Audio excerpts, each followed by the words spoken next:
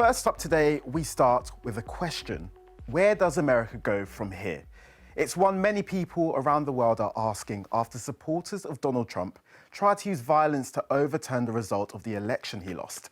The capital of the USA, Washington, D.C., was thrown into chaos yesterday when a crowd of President Trump supporters charged into the centre of American democracy.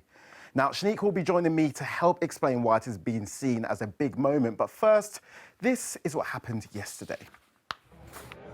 This is the moment armed pro-Trump supporters pushed their way into the Capitol building in Washington, D.C., the place where the politicians elected by the people of America carry out their work. They were meeting to confirm the results of the 2020 election, which Joe Biden won. It's the final step before he is inaugurated and becomes president in a few weeks. Earlier, the current president, Donald Trump, had spoken to thousands of supporters in the area, repeating false claims that the election had been rigged by the Democrats and what he called the fake news media.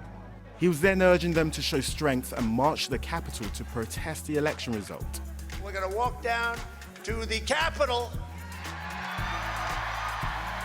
and we're going to cheer on our brave senators and congressmen and women. And we're probably not going to be cheering so much for some of them. Because you'll never take back our country with weakness. You have to show strength and you have to be strong. After he had finished, a large group of his supporters surrounded the Capitol, bringing down barriers and climbing walls, forcing their way past security. Some of the Trump supporters were carrying guns and other weapons. Once inside, they chanted, "We want Trump," through the hallways, and the DC National Guard was sent to help at the scene. US lawmakers and journalists had to be taken to safety, and the process to confirm the results of the election was delayed. The violence continued for hours as protesters clashed with police. One woman was shot and killed, and 3 other people died. Joe Biden, who would be the next president, looked shocked as he told people who had broken into the building to stop immediately. Call on President Trump to go on national television now to fulfill his oath and defend the Constitution and demand an end to this siege. President Trump did then appear, but although he told his supporters to go home, he repeated claims about the election and he did not criticize the actions of the people who broke into the Capitol building. This was a fraudulent election, but we can't play into the hands of these people. We have to have peace. So go home. We love you. You're very special. What happened yesterday has shocked America and the world. It's leaving many people asking where the USA and its democracy goes from here. Well, clearly yesterday's events will have a huge impact on the politicians in America right now. And we're here to explain why this is so significant. Shaniqua joins me now to help us understand it all. Good morning, Shaniqua. Good morning. Now, Shaniqua, in DC, there have been riots and protests in the past. But what makes yesterday's one so important? Well, the actual building they broke into is where the US government are based. So it's similar to the Houses of Parliament in the UK. Now, Americans see it as their home of democracy. So for many people watching, it was shocking to see people, some of them armed, breaking in. Now, we know that the protesters broke in around 7 p.m. yesterday, but loads of people are going to be sat at home wondering why yesterday in particular was so important. Yeah, well, yesterday was a special day for the US government as the members of Congress were there to certify the election results. That means politicians were gathering to confirm that Joe Biden had been elected as the next president. Usually, it's a straightforward process after the people of America have voted. But since the election in November, President Trump and some of his supporters have been saying that he won and not Joe Biden.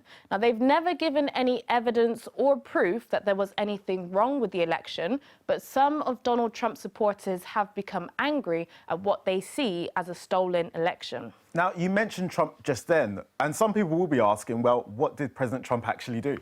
Well, first of all, he spoke to a crowd of protesters and told them to go to the Capitol building. Now, many people who broke into the Capitol building have said they were inspired by Donald Trump's words to break into the building. After they broke in, he didn't say anything for a few hours. He did appear in a video and told the crowd to go home, but the fact that he repeated his claims that the election was stolen and didn't criticize the break into the building led many people, including from his own party, to say it was too little too late. And last night, Twitter locked Donald Trump out of his account and deleted some of his tweets, saying there was a risk of violence. Right, Shaniqua, I've got a big question for you now. What happens now? Well, as we speak, politicians are back in Congress finalising the result of the election. And on the 20th of January, Joe Biden will become the next president. So the crowd of Trump supporters have failed to change the result of the election. But perhaps what's more important is how Americans see their country and how the world sees America after this. And the USA is a powerful country. So what happens there affects people all around the world, including here in the UK. Now, Americans are proud of their democracy, and the way that after the elections there is a peaceful handover of power from one person to another. Now, Joe Biden has promised to bring the country together after this, but what happened yesterday is another sign of how difficult that's going to be.